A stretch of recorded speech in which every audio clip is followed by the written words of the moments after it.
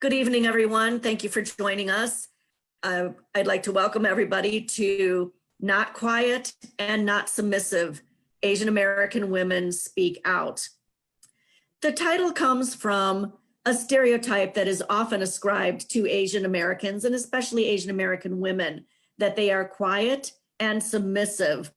And it is this stereotype over the centuries and decades, which has unfortunately lended an air of hypersexuality and deviancy.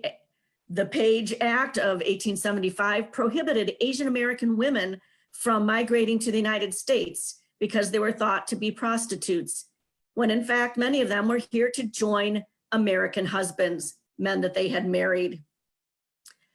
With this in mind, the tragic events in Atlanta, when a 21-year-old white man shot 8 people, 6 of whom were Asian American women. First of all, he blamed it on having a very bad day.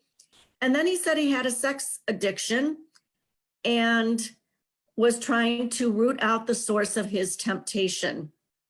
All of these things collide. Asian American women stand at the intersection of their gender, their heritage, their ethnic background, and racism.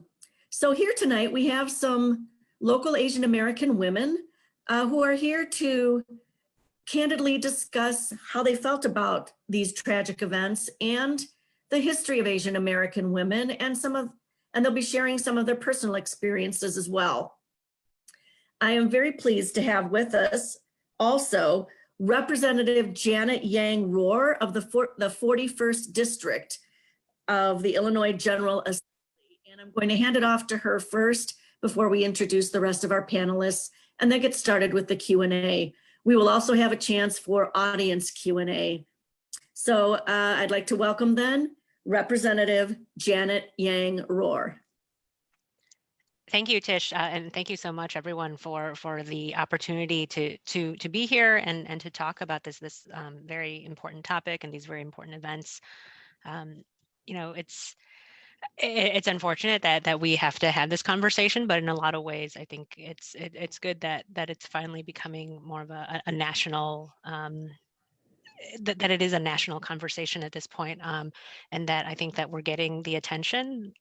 Our Asian American community is getting the attention that it needs and it deserves, because for I think far too long, especially the Asian American community, I think there's a tendency to keep it all in and to you know, try to be strong, be quiet about it, and power through. But you know, we don't have to do that, and I'm so glad to be a part of the General Assembly, to be a part of the Asian American Caucus, to bring to light all of these issues that we do face, and to really have so much support from organizations like this, to have the support from, you know, all levels of government, from the federal level all the way, you know, to you know, at the state level as well, from our governor, from our Speaker of the House.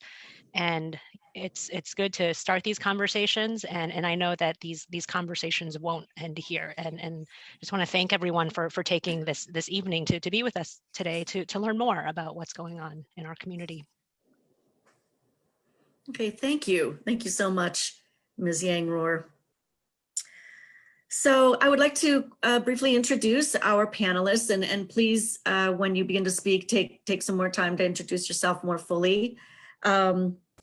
We have Thonglouane Keorajavongsay, who is a leader in the Laotian community of Elgin. We have Ling Low, who's an Elgin resident who helped organize the rally that took place on Sunday afternoon here in Elgin. We have Gaya Adamoy, who's with ECC Student Life. We also thank ECC Student Life for live streaming on Facebook and for their help in planning this event. Then we also have Chad Ratsamy, also an Elgin community leader in the Laotian community. Wendy Chen from ECC, and Susan Tim and Clark Hallpike, also from ECC Magic, which is their multicultural outreach and education group. And thank you so much to them for helping us plan this event. I'd also like to thank Premlata Nikoniuk for her help in planning, and also Dr. Ryuksin Mao and Dr. Mihu. If I've missed anybody, we'll certainly catch you at the end, but we appreciate everything that you've done for this event. So I'd like to start with the question, how did you react to the news of the Atlanta shooting? When you heard that 6 Asian American women were killed by a 21-year-old white man simply having a bad day, what was your reaction? And please unmute yourselves. And whoever would like to go first.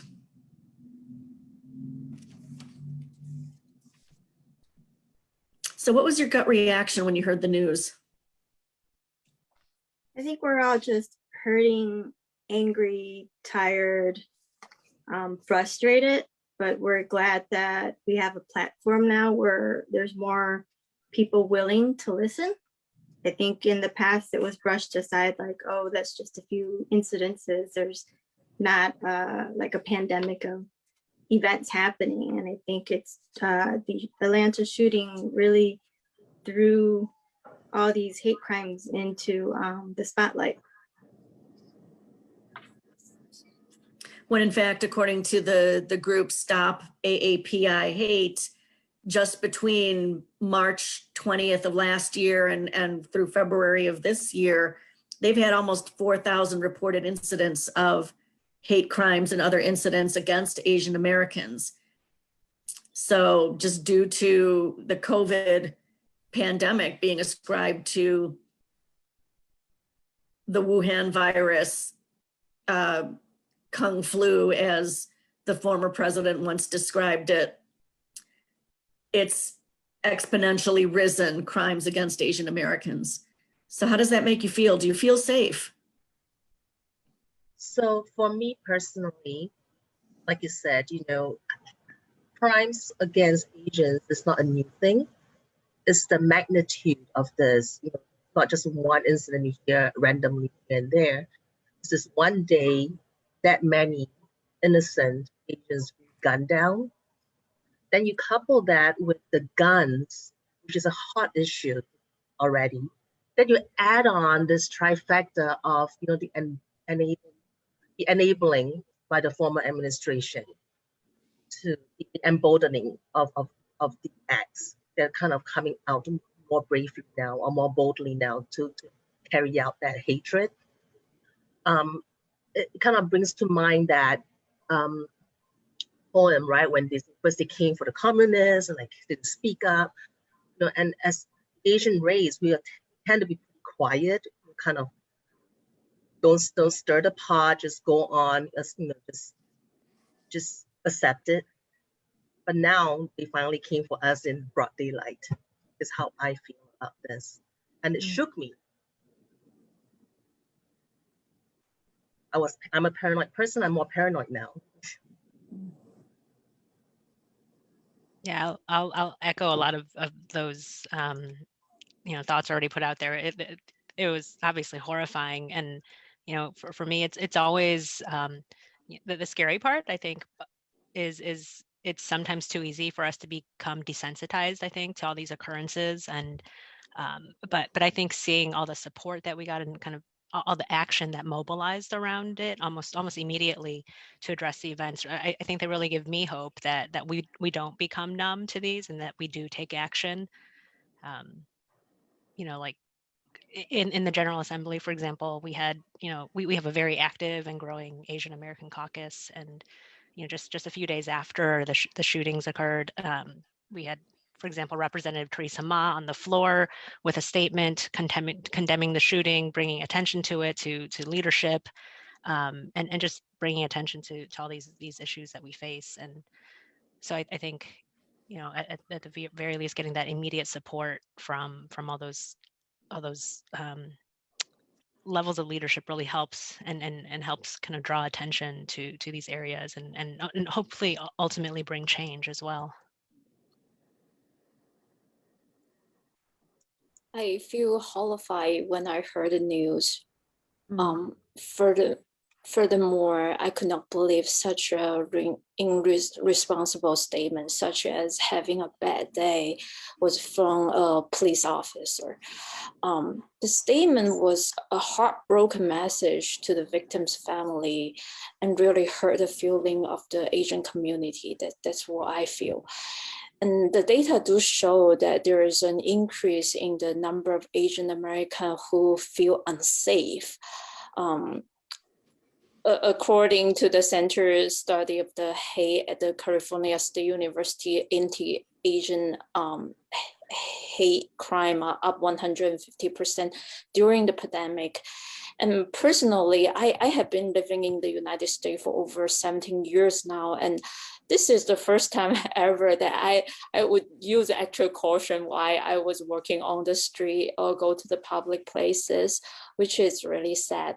But I'm so glad that the community events such like tonight is happening around all the nation and helping to support the Asian American community.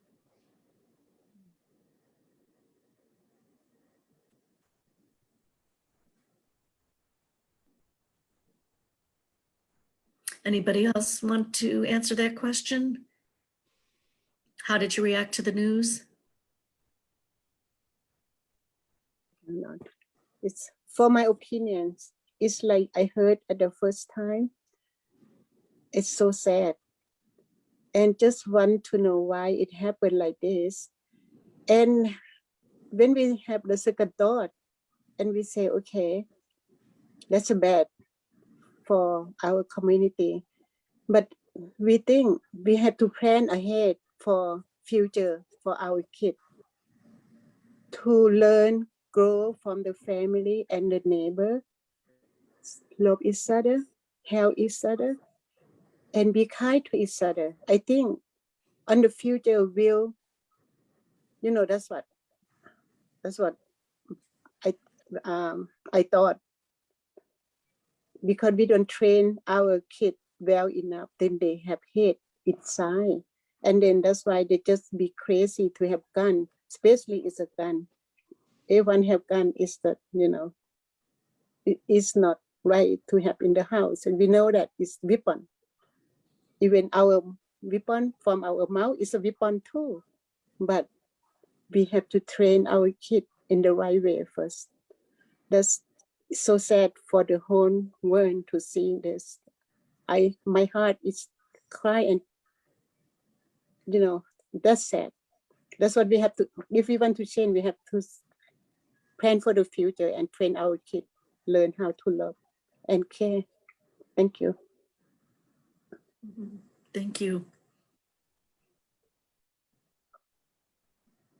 Yeah, I know we were just horrified and shocked, and just knowing that in the Elgin area we have quite a substantial Asian American community. The Lao population is, 10% of our total population, just about, and we have Vietnamese and Thai and Chinese and Korean, and it really is a vibrant community here. And we wanted to respond and in support and compassion, and it's time to hear from the community, to hear your voices. So what have been some of your own experiences in dealing with either anti-Asian American racism or hate? Have you experienced anything before in your own life, or have you observed it happening somewhere else, or have you maybe seen stereotypes in books or movies that made you feel uncomfortable? Just what have been some of your own personal either experiences or observations or thoughts? I've experienced it twice personally in my life. We immigrated here when I was 2 years old, so this is the only country I know. I'm actually grew up and lived in the Rohr Naperville area.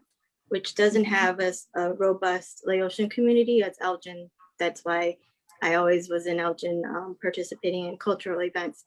My high school was less than 1% Asian, and all the Asians in our school district were my relatives. But I still recall, I must have been in 6th grade and walked to the local it was kind of like a pharmacy grocery store around the corner from our house, 2 blocks away. It was just 4 or 5 Caucasian 5th graders and me, the only minority.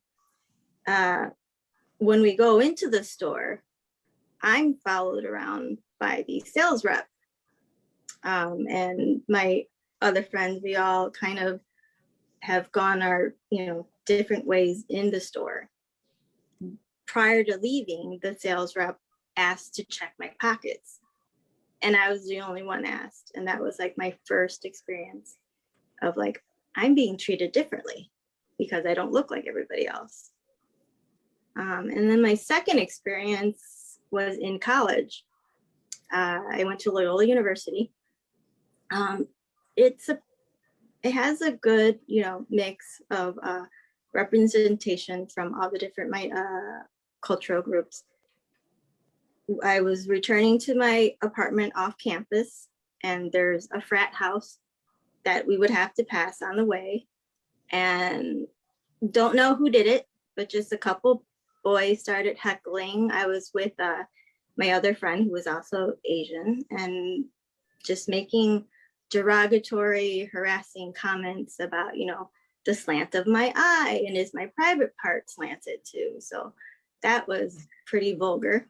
So those were the 2 direct experiences that I've seen, besides the regular taunting, of Asian kids when we were younger, the Ching Chong names or Ling Ling names and things like that growing up. But you always think, you just like, oh, they're just always going to do it. You brush it off. You don't draw attention to yourself. You try not to make a big deal out of it.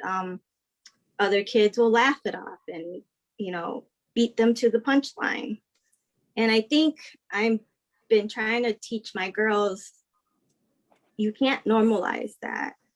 You need to also speak up for yourself. And if your friends are doing that, call them on it and tell them, how does it really make you feel?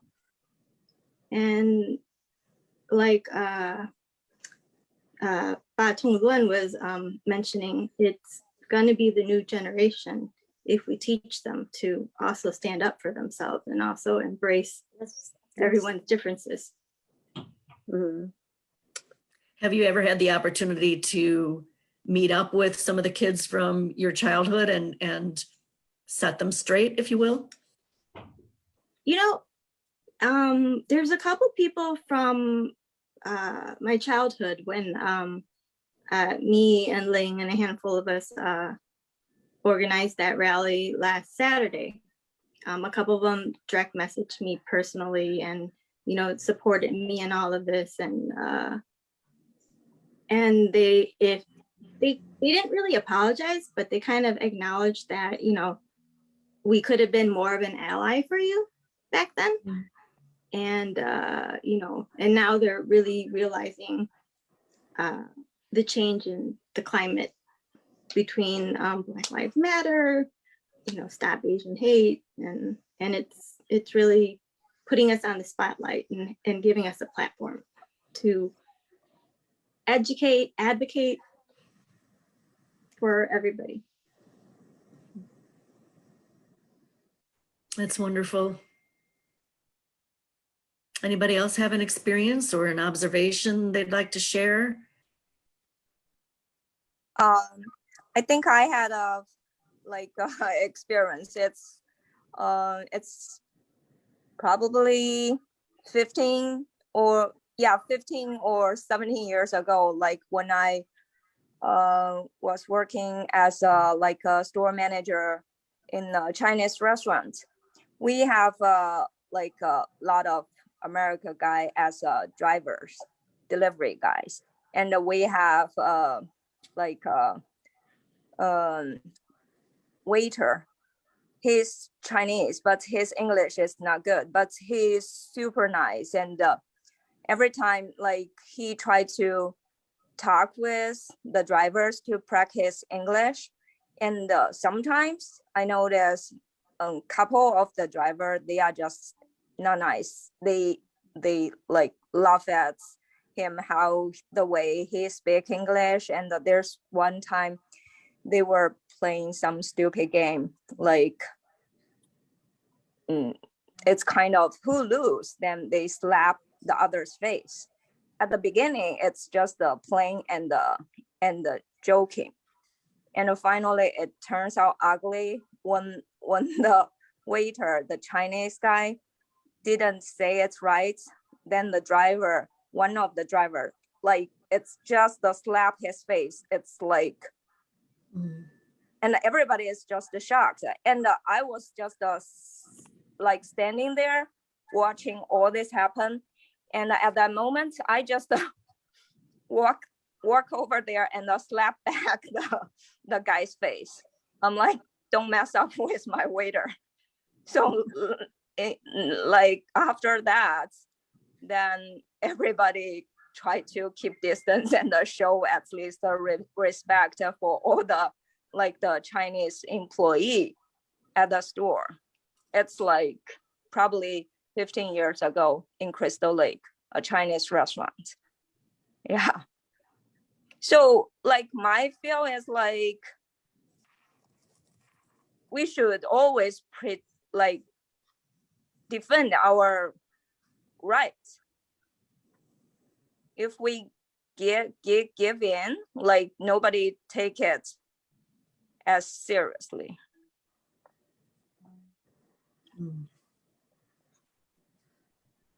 Do you think people expect you to just give in and to No, it's quiet and I don't think it's just like at that time when I see that was happened, like I was angry. but like my instinct is I'm not afraid to fight back. Who cares? Like you are not doing the right thing. I think it gets tricky and hard when you're dealing with young children. One, they're expected to look up and listen to the elder. So when someone in a role of authority is mistreating them, I think it's hard for kids to know what's appropriate to react. One, they want to stand up for themselves, but then two, they're always taught to, respect your elders. I was in shock and I didn't know how to react to the store employee as a sixth grader. I think my kids are more sassy than me now. They probably would have told the employee off, but me being a first generation immigrant, always taught to look the other way. I was just in shock and just left the store. But that was 30, 40 years ago, and it's still ingrained in my memory. I have one experience like that. When I came to United States, 1984, I was working in a nursing home. The lady, at that time, it's my turn to take care of her, feed her, and bath her. When I tried to feed her, and she said, "You Chinese, I'm not eat. I'm not eat. Just go away." I just, how I going to make this lady like me? Because then I go again. I say, "Ma'am, this is my turn to take care of you today, but tomorrow I not come bother you anymore. Please eat."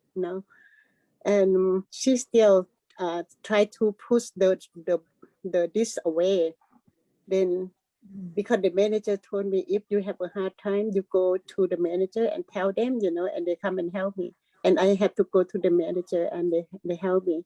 And then, but she let me put her in bed. That is we should understand. I understand that, 6 people plus we are different, right? We from different country, and it's hard for them to adjust their mind to close to us because they don't know what our culture. We don't know what we're thinking. be some of our Asian maybe bad too, that's why they be scared of us. That's what I thinking. I say, I am good, I am not bad, I come here to help you. Then later on, about I worked there about 18 months, then she get along with me later. But thank you. And maybe just a different way, maybe a different way of looking at this is through the lens of the kind of the model minority and really the model minority myth, which is I think a lot of what a lot of us experience too. And it took me a bit longer, I think, to realize just what the burden of that stereotype is and kind of just how really troublesome those implications are when it comes to that stereotype. And I know it's to be the model minority, I think even a lot of people, a lot of Asian Americans actually hold that as a symbol of pride for them. But the problem is that it is still like a very divisive way of looking at things, and there are plenty of struggling Asians, and there are and the burdens of trying to live up to that stereotype a lot of times I think prevents people from getting the assistance that they need. For policymakers, it really masks the needs in the community as well. So I think even when people hold that out as kind of a positive thing, we should also be careful of those kind of stereotypes as well. That's I right. was preparing for tonight, I read that the model minority phrase was coined by George W. Bush, although the idea has existed for longer than that. And what actually is happening is you have some of the widest disparities in income in the Asian American community, with incredibly wealthy people at the top, and then very, very poor, undocumented, a lot of care workers and healthcare workers, sex workers, and so forth at the bottom. And the model minority phrase, where do you think that comes from? When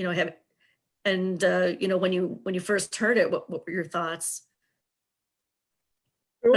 Just like Janet was saying, that the model minority label seems to be like a misguided sense of pride that the Asians are good at math, and I think that's the biggest striking parallel, that the correlation I have to model minority, and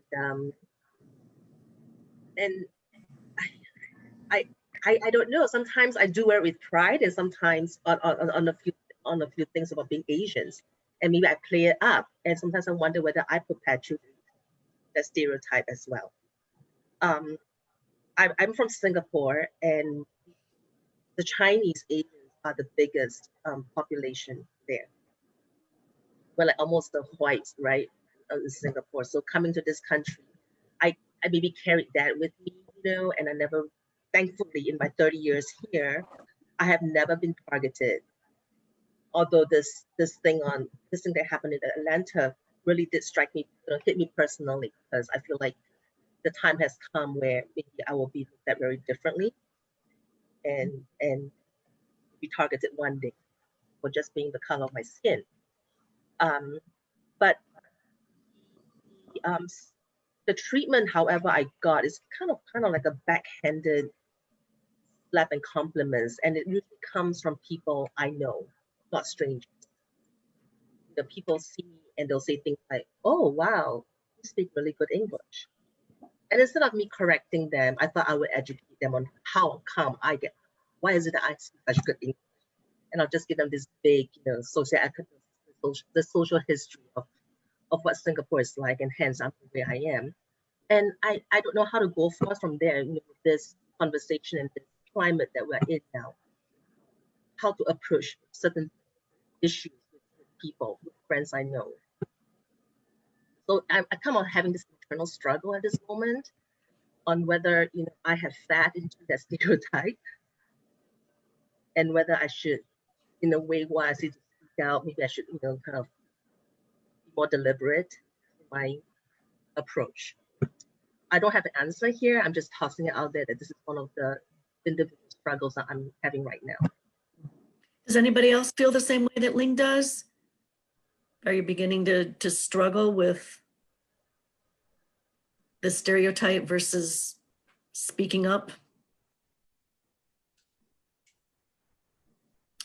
And if you haven't said anything yet, just feel free to jump in. I want to make sure that everybody who would like to speak has a chance.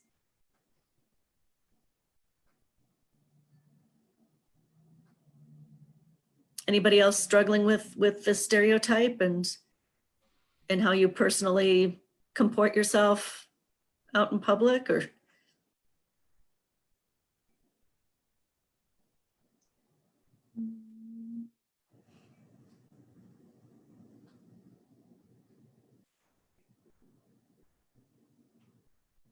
take a few minutes to think about it.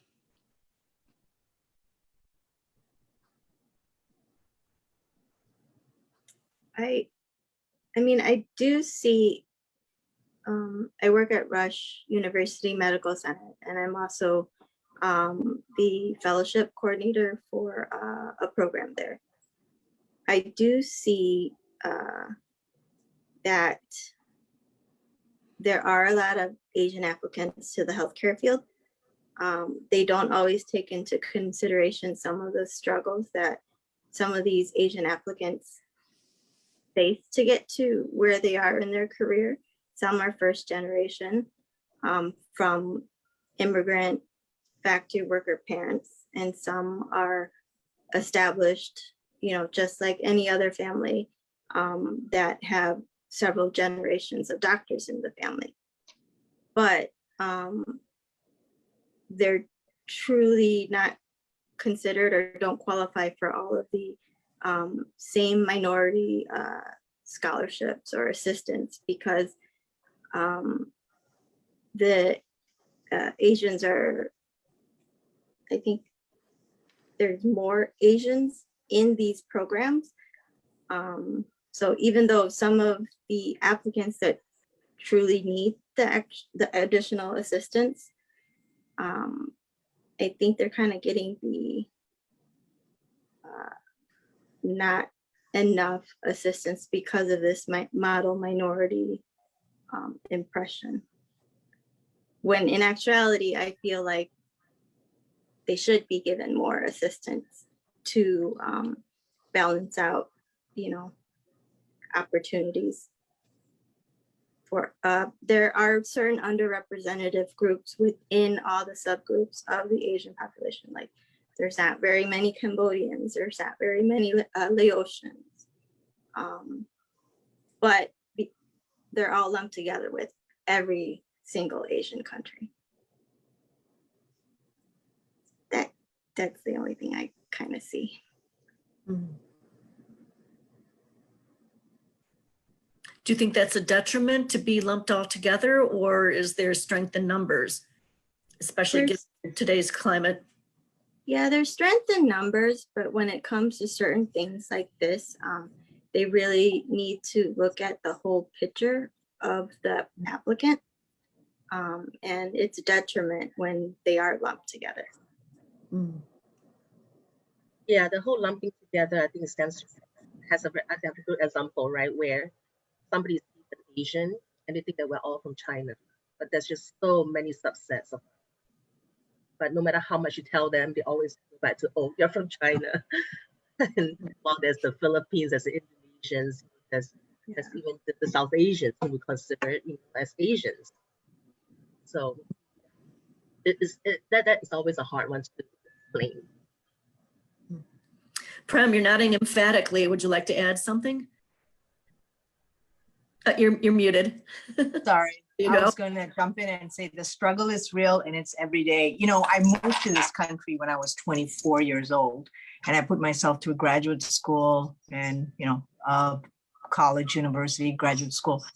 The stereotype that I've always had to live with is twofold, which is I was born in Singapore. My father is Sinhalese, so he's Indo-Aryan, right? And my mother, she's Portuguese, so she's from Portugal, but they met in Singapore. So it's interesting because the pain that I have felt started in Singapore, right? As Ling would have to say, right? We have such a diverse, vast culture there. And so we have Chinese, we have the Malays, we have the Tamils, and so forth. So I've always fit into this Eurasian category, which is really a mixed mutt, if you will, if I should be so frank, you know? Mm-hmm. So it starts in the homeland. It started in the homeland for me. And so I carried that with me. And so being here since age 24 and being a therapist at that, some of the wildest things I've encountered is, oh, Asian women are supposed to be, you know, do not speak up, right? And all I do is speak up all day long. And I'm loud, I'm passionate when I talk. And so all along these years that I've spent here is, well, you can't be Asian, number one, because your skin color, it does not fit in most categories that we carry, that we perceive as being Asian. And then the other thing is, wow, you're a therapist? You talk about your problems to other people, you know, in graduate school, because we got to go through training. And then you help other people with their problems. But is that how you grew up? Like, I thought Asian people are supposed to be quiet, submissive, right? With the women, it's painful. It really is. So I have to pierce through all those obstacles and be the person that I intend to be with intention, you know? So I just wanted to throw that out there. Hi, Prem. So the whole idea of being quiet, it all comes from my mom's generation. And she'll have a cow, she knows I'm speaking out here right now. Because, you know, you keep your problems to yourself.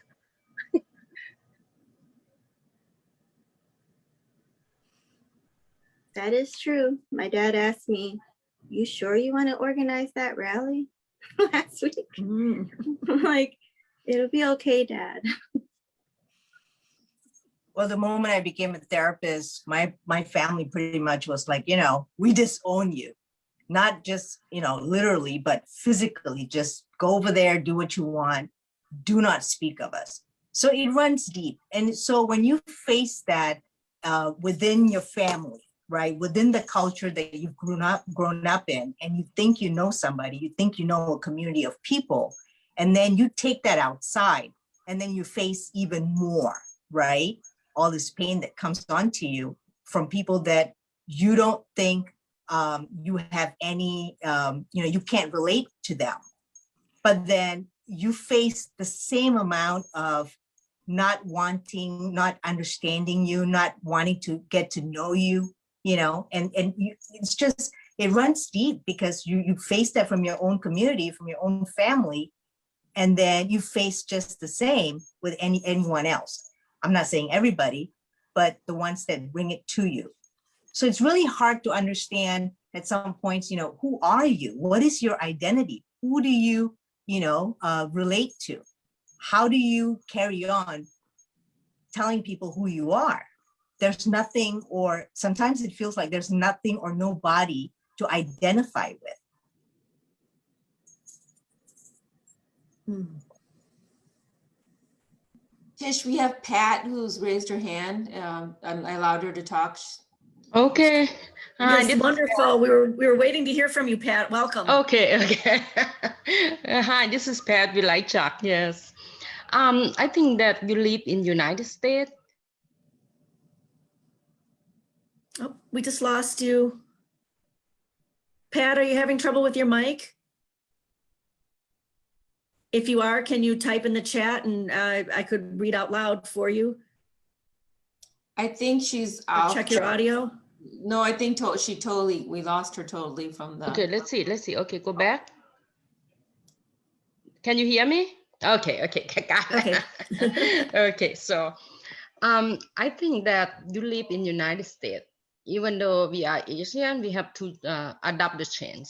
Otherwise, no one else would do for us.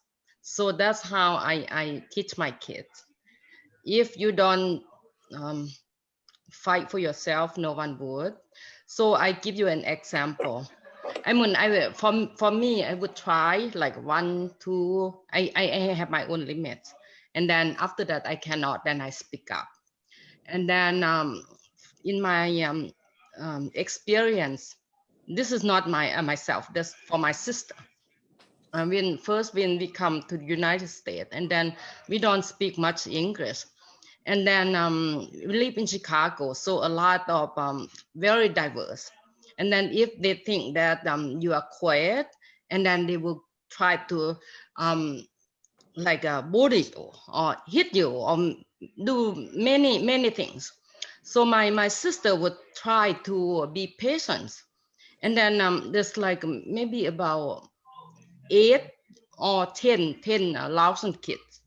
And then many people try to just fight with them, no matter where they sit. And then they would just go there and then try to chase them away, tell them that, this, you don't belong here and all that. And my sister said that we have to fight back. Otherwise, we will be like this for a long time. So, and my sister said, you guys, if you want to fight after school, then we go outside and do that. So they did really fight, physical fight. And then after that, they stopped. And then she learned that to fight for herself. Now she's a senior director of a pharmaceutical company in California. She's one of the 7 board director of pharmaceutical company in state of California. So she know how to fight, and then she know how to work her way up. So we have to give the example. So I give the example of all my kids, my sister, and the community. You have to fight for yourself, and then you don't have the right to get the gun and shoot other people or kick someone's head. Like the guy who did in New York. So if the people like that, if they kick someone's head, just think that he will kick his own mom, or if he feel like, if he got kicked, what is he feel? So that hatred is not acceptable. So, but I'm very agree that you have to fight for yourself. You have to do your communication. You have to open your mouth. That's how we stand in this country. But at the end, we have to live together. We have to live in peaceful. Don't just get the gun and shoot people or kick someone's head. That's not acceptable. So that's how my suggestion or my concern. Thank you. How do you explain this recent rise in attacks on senior citizens, on the elderly? Well, I think that I don't want to blame in for President Trump. Okay, so that's the word that the disease come from China, and then the people in their mind, everyone is Chinese because we look Asian. They cannot distinguish. But it's not right, who knows where, what the disease come from, it might be, I don't want to accuse anyone. I work as a scientist. So I kind of know what's going on in the disease area, in the research. People just probably bring the culture test tube and open it up and becomes, like disease all over. Mm-hmm. The point is we still don't know where it comes from. So yes, we don't, but we cannot accuse anyone yet until they investigate, So but in again, people think that because of so much in the media, come from China, come from Asia, so that's not right. But now the media come from England and from Africa. Are they going to kill all the white people in England, or are they going to kill all the black people because they come from the African? So it's not it, right? So they just bring the news to their mind, and then because their mind is hated already, so they just take this opportunity to go to do the violence. That's what I thought. It's a lot to think about, Pat. Thank you. Yes. So moving on to another question.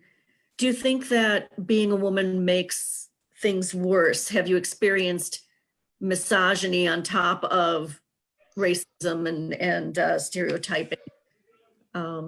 Is there an intersection of racism and sexism that you see in light of Me? the violence against? I'm asking everybody in light of the violence that just happened and has been happening. Yeah, I do believe being a woman would make things worse. This is an intersectional dynamic going on that others may perceive Asian women who are usually submissive and weak as easier target. And also hate crime are not limited to physical violence, but also the verbal harassment, which is happening all the time. Fortunately, personally, so far, I haven't experienced any of those, but I do have a friend who told me about a story about verbal harassment or kids happening at school that classmates will call them names and things like that. So yeah, that's my 2 cents. That's worth more than 2 cents. Thank you. Anybody else? What are your thoughts on being a woman as well as Asian American, and if that influences how you're treated?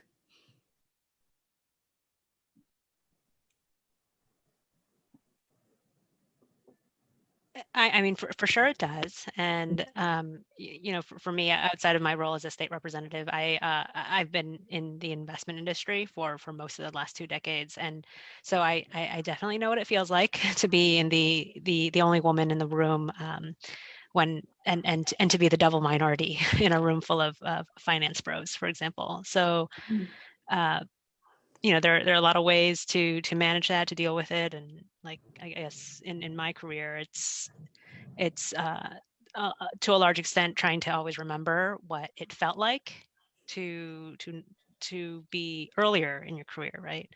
And because when you have that empathy close at hand, then you can make sure that things that happen to you don't happen to others, and you try to use that influence, and that means, for example, elevating certain voices, right, when you're in a meeting, or making sure that everyone has the chance to be heard. So just, you know, you try to, as much as you can in these little ways, make sure that others have a voice. In the interest of time, because we also want to see if there are any questions from our audience of attendees, let me jump to a final question, at least from myself as moderator. What does white America need to know or do or act upon in order to help our Asian American brothers and sisters? What do you need to heal from this tragedy, the Atlanta shootings?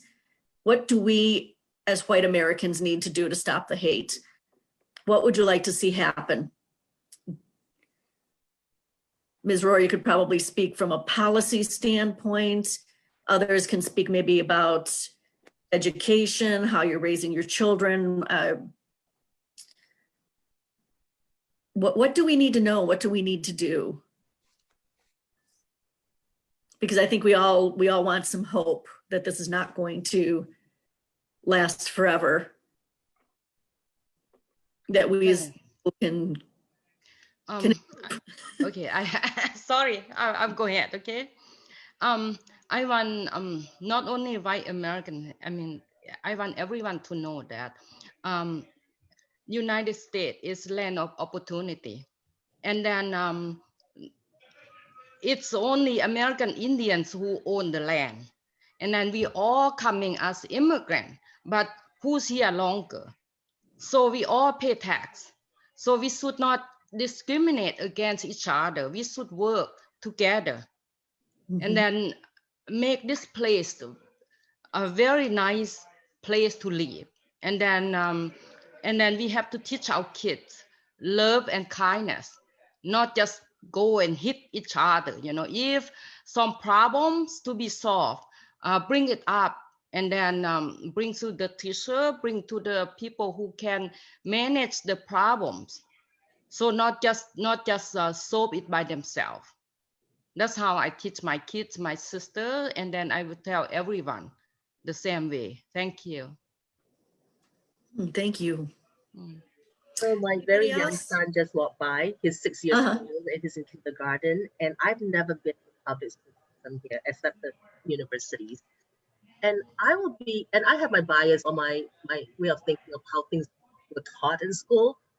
I think, and correct me if I'm wrong, a lot of the history taught in American schools are European history. I don't know. That's just my misconception here.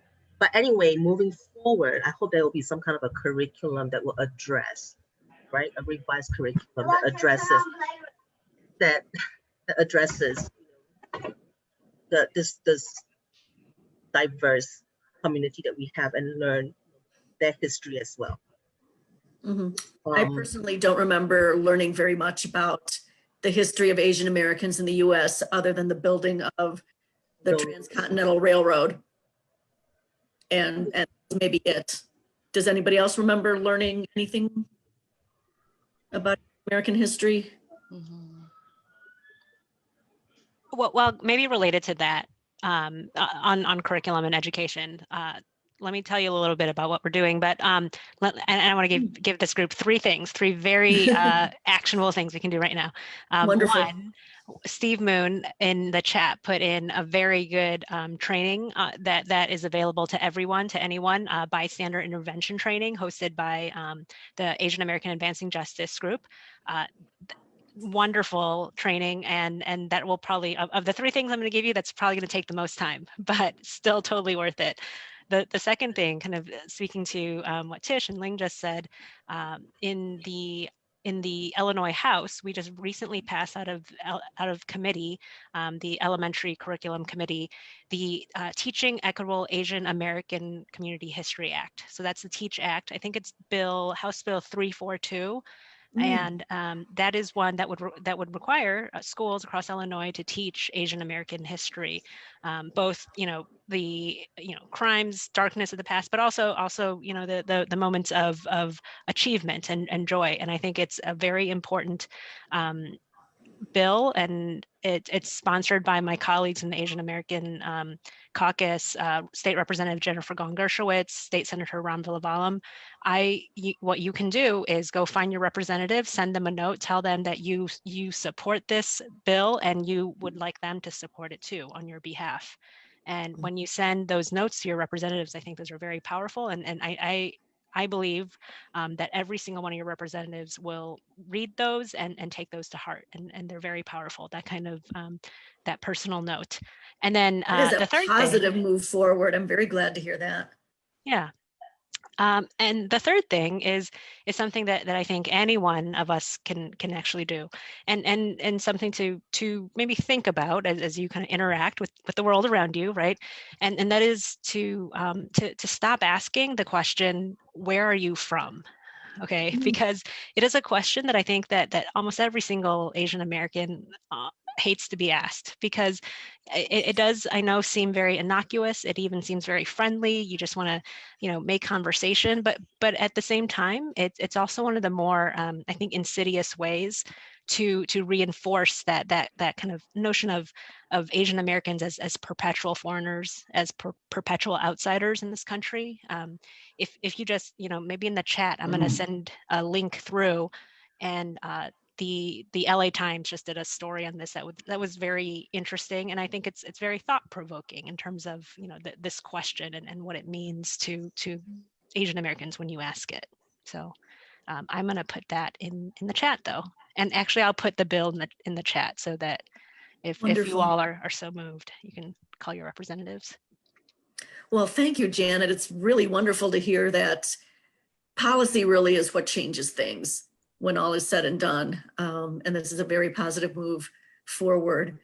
How do our panelists feel about the eternal question, though? Where are you from? Do you feel it does set you aside as the perpetual foreigner, the eternal other? This was a very interesting inner monologue that I have with myself about this question. Personally, for me, when I'm asked that question for so many years now, I never took offense at that. However, I'm starting to think about that question. My son is mixed, but I do know of other kids who are, pure Asian heritage, right? So they really look Chinese. If I were to marry a Chinese man, my kids will end up looking very Chinese, right? Or looking Chinese. And if you were asked that question, and he's born in America, I feel like if I were in his shoes, I'll be offended because you're assuming that I'm not of this country. But I am an American and I am born in this country. So I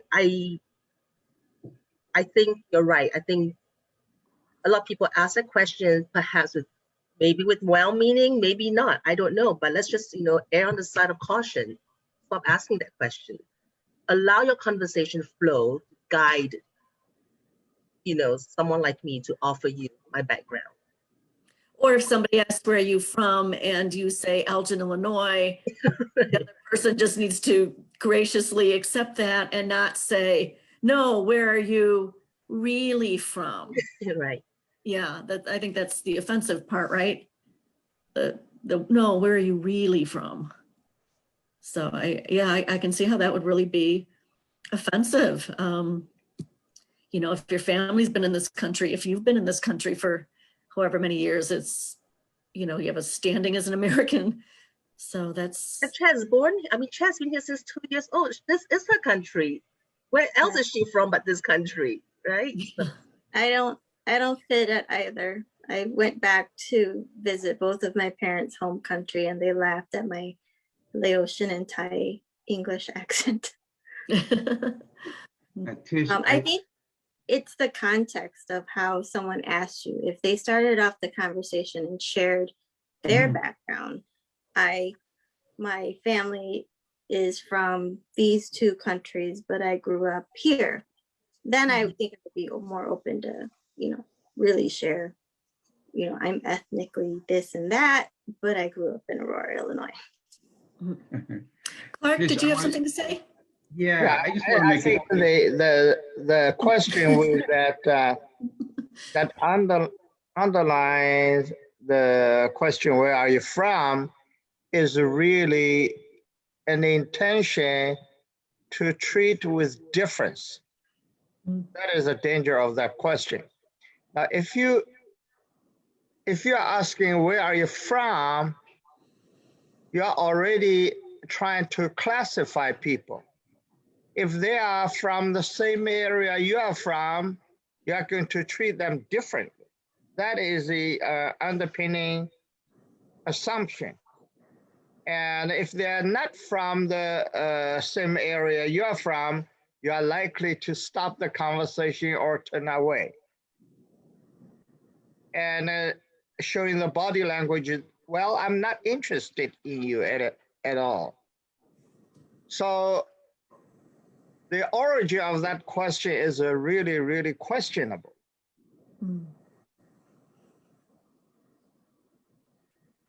It has implied a bias already.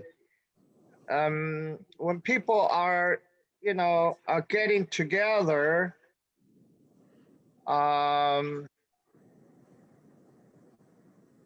in a social environment, I think the most important thing is to try to break the ice and reach each other and try to find out whether you can be of any help or assistance to the people around you. And I think that would not start from the question, where are you from? Mm. So Tish, I was going to say that I'm going to go all the way back to the model minority. Here at ECC, we often break down students into just four groups of students, and three of which are minority and one is white.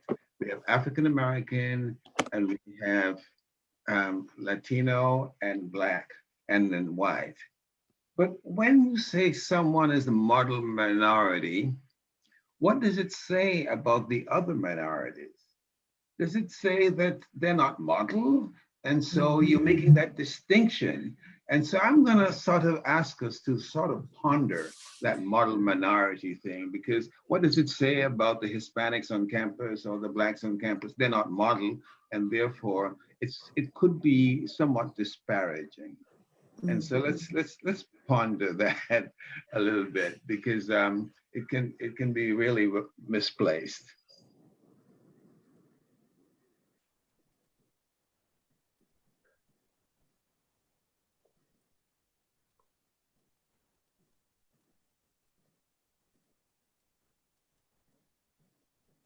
Quite possibly it's a phrase that offends just about everybody. I know. Because if I consider myself to be a minority, and so Wow. I'm not model, so what am I, Anyway. What are your thoughts?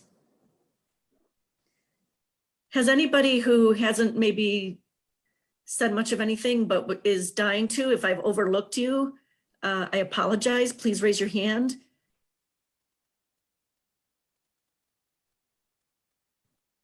Otherwise, we do want to get to some audience questions as well, but take a couple minutes to answer the model minority question, if you will. Susan Tim here. I know my grandchildren in the background, so it might be a little bit noisy, but part of, I think, that model minority though too is to keep Asians in their place, because you're a model. You can't do these negative things, right?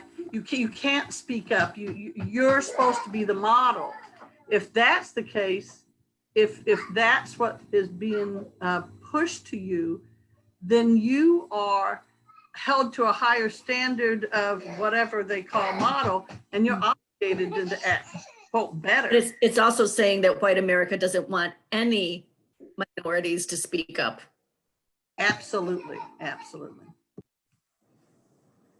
Okay, we actually have a comment from Steve Moon. Thank you for that. The root of it is to be weaponized against other communities of color.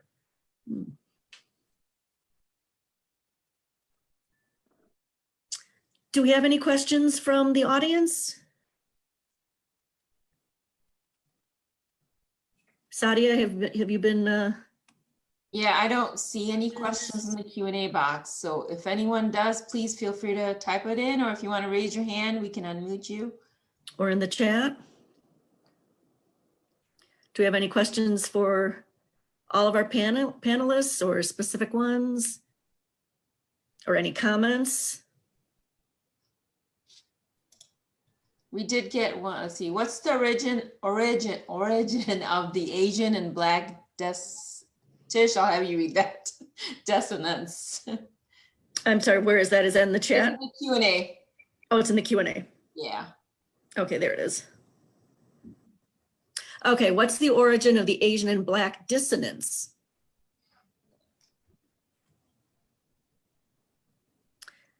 Okay, I believe Gaia would like to answer this question live, so go ahead.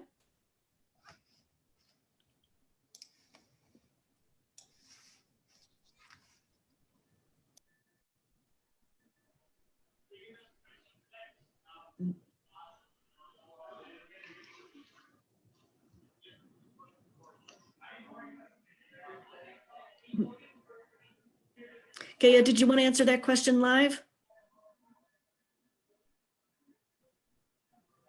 Oh, okay, that's all right.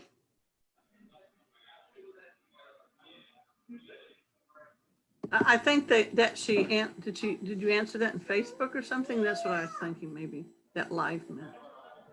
Live.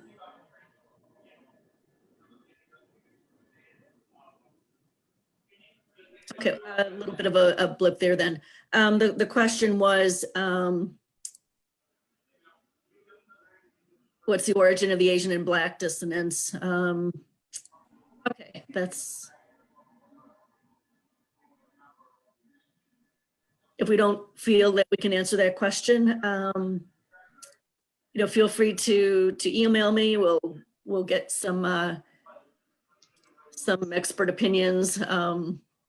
We don't have to answer absolutely everything this evening, so I don't want to make anybody uncomfortable if it's outside of your realm of experience or knowledge. Okay, any other questions or comments?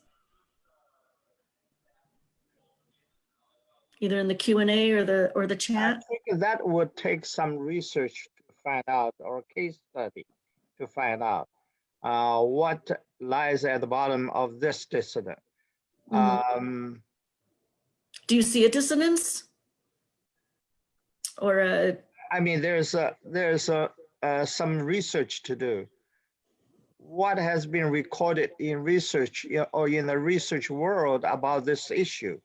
And some case studies could be analyzed and, through qualitative study to see what lies behind this conflict and what surfaced and what did not.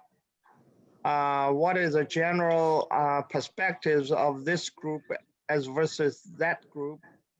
So what has been the background of the conversations and what surfaced to lead into a conflict which is noticed?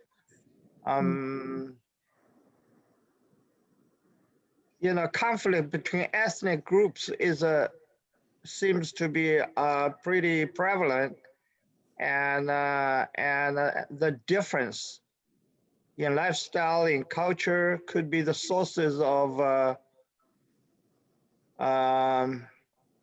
conflict. But that does not explain why two specific ethnic groups.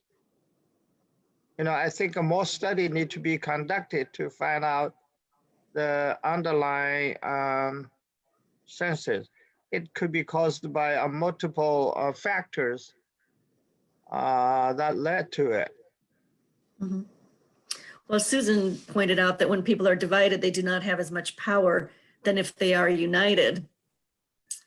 I think we also recall the Spike Lee movie, Do the Right Thing, where, that Asian and Black dissonance is highlighted in one of the rapid fire dialogue scenes. Okay, moving right along then.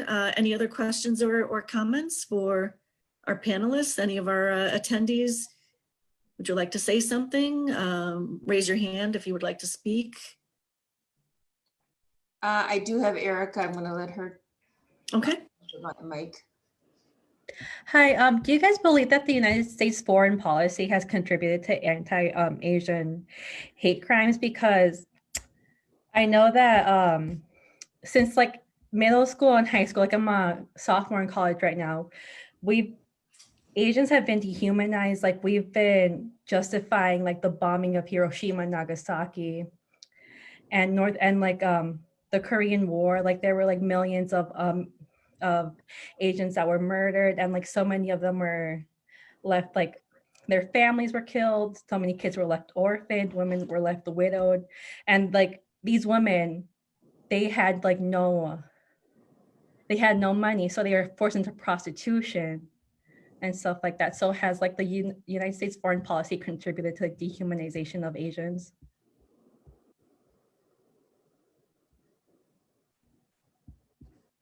That is a big question, and again, I think requires some research. I started to dip into it a little bit, and I am not an expert by any means, and I'm not a historian.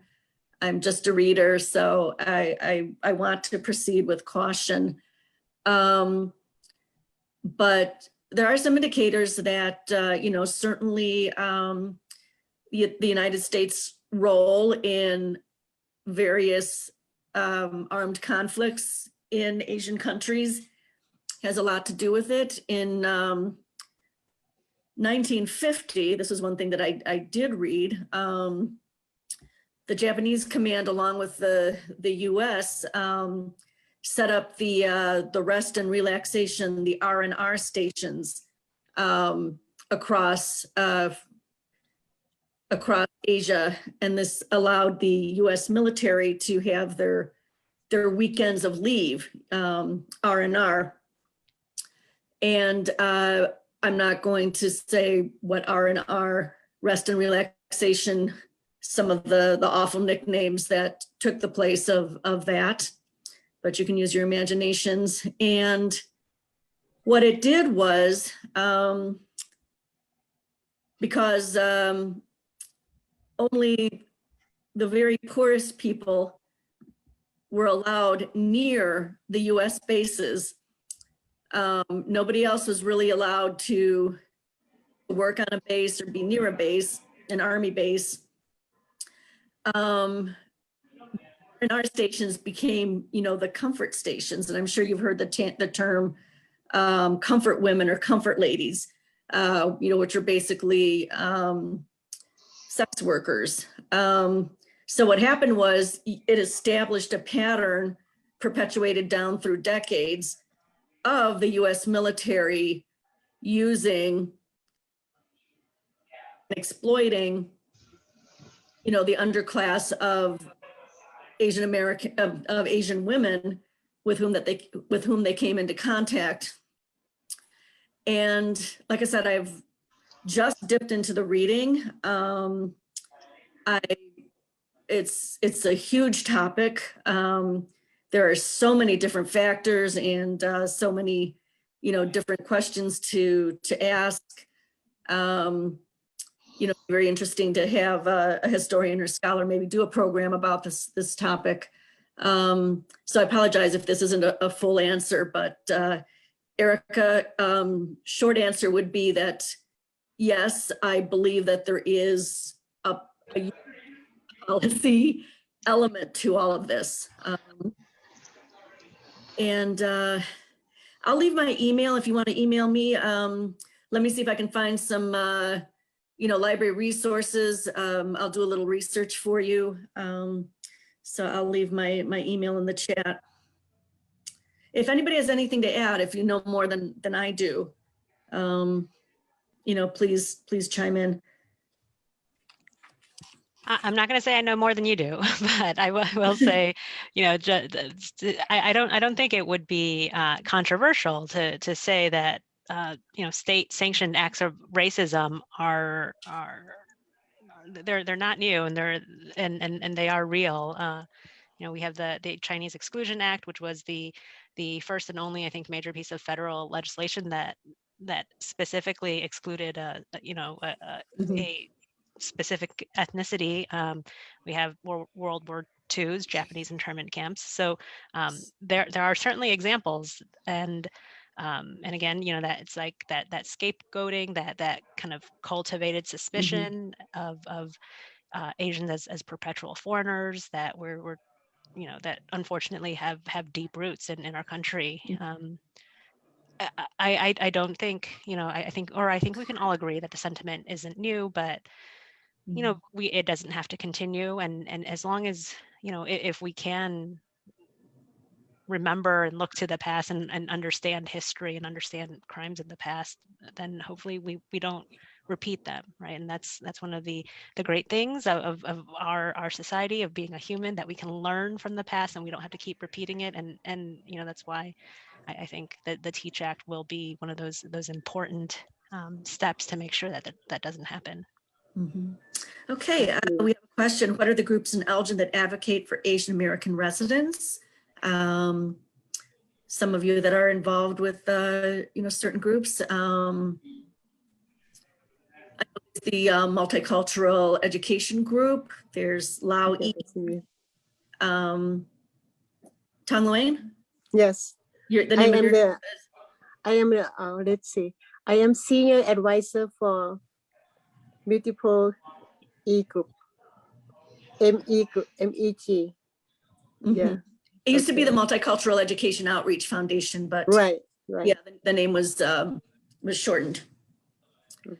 They have a full calendar of a lot of different things going on, pre-pandemic at least, but a lot of, educational and cultural events, showcases and galas and summer camps for youth, et cetera, et cetera. Any other groups that you may be involved with? ECC Magic certainly takes a variety of different cultural groups and demographic groups in our area. They did a wonderful series on Black Lives Matter. I'm sure that'll be ongoing. They've certainly taken up the Asian American cause as well. We have a Chinese student association at the college. Yeah, we have a Chinese student club at ECC. Okay, wonderful. And most of them are international student and also some American-born Chinese student. So we have gathering some time and provide support to those students. Fantastic. Okay, and let's see. So Steve says, happy to connect to Asian American history /issues /resources too, if I can. His email address there. He says, it's not my day job, but once was. So thank you very much. Okay. And then coming up in May, that is Asian American Islander Heritage Month. The library is going to be doing at least a couple of events online. We'll be telling the story of Miss Lao and her elephant. It's a beautiful crafted elephant that appeared on stage with her during the Miss Universe pageant, I think a year or two ago. And the elephant is now actually going to make its way to Elgin, and it will reside in Elgin. And it's quite a story. So Sadi, I believe it's May 10th that that program will be offered. That is correct, Tish. May 10th, you all. 7 p.m. Yeah. And then we have our Taste of Asian American Pacific Islander culture that's coming up on May 17th, something like that. So we're going to have a couple of cooking demos, some performances. That'll be a lot of fun too, and that'll be a celebration of AAPI culture. So, in light of tragedy, we have to celebrate. We have to draw on our strengths. We have to show off who all of you are and your fabulous culture and food and costumes and dancing and the things that make life worth living. So we invite you all to those events. Is ECC Magic doing anything for May? We do have some things that we're still working on planning, and especially since we're going to be coming on the 1-year anniversary of the murder of George Floyd and the invigorated actions with Black Lives Matters.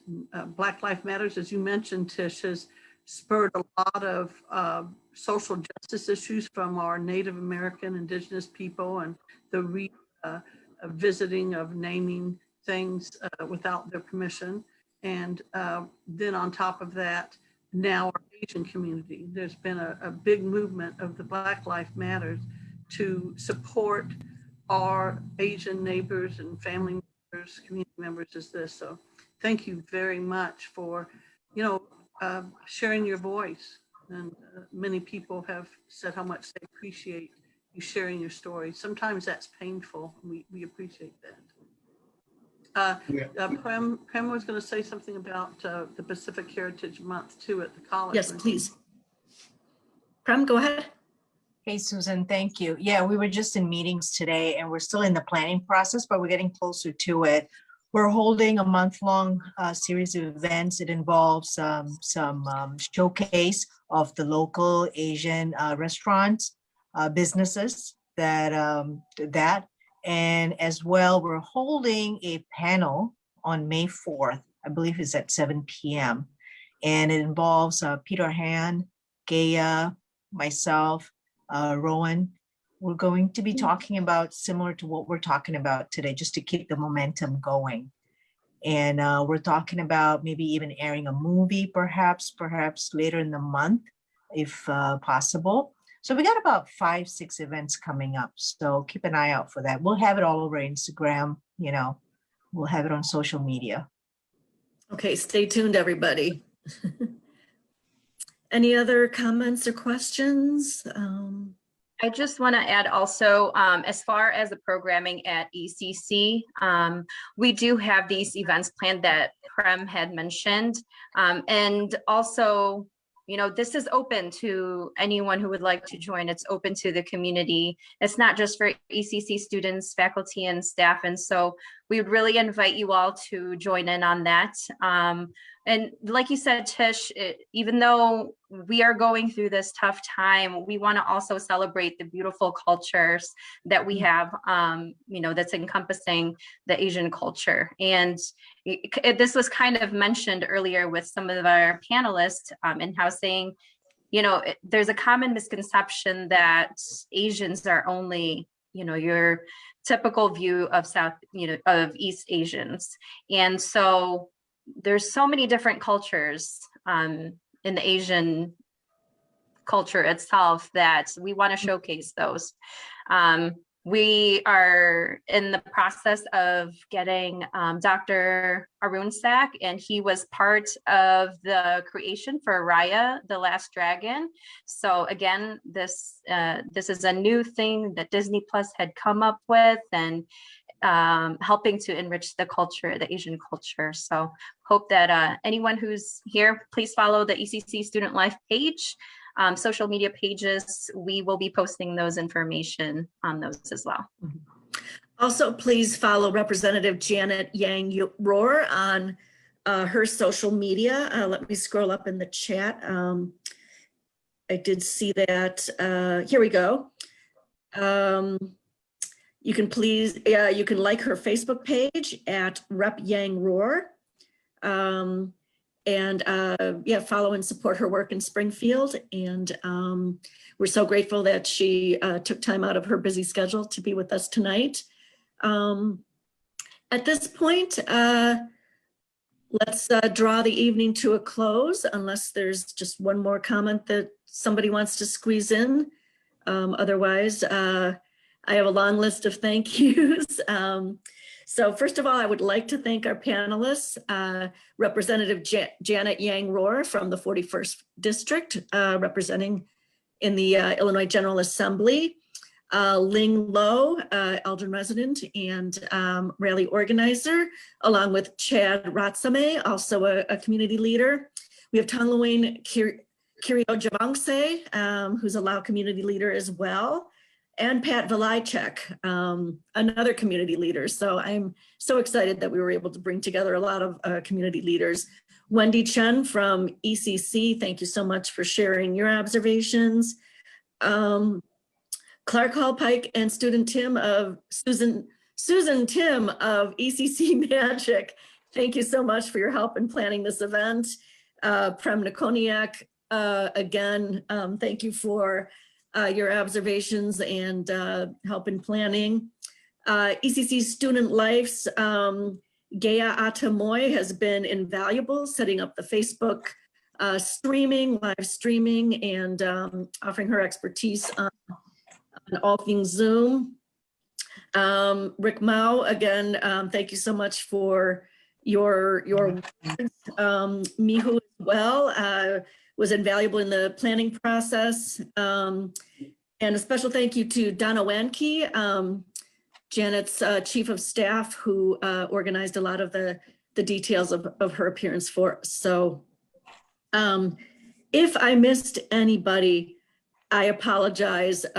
This was really an event that came together very quickly, but we felt that we needed to respond, and we needed to respond in a thoughtful and conscientious way. And we appreciate all of your thoughts and your candid comments and your shared experiences and your personal stories.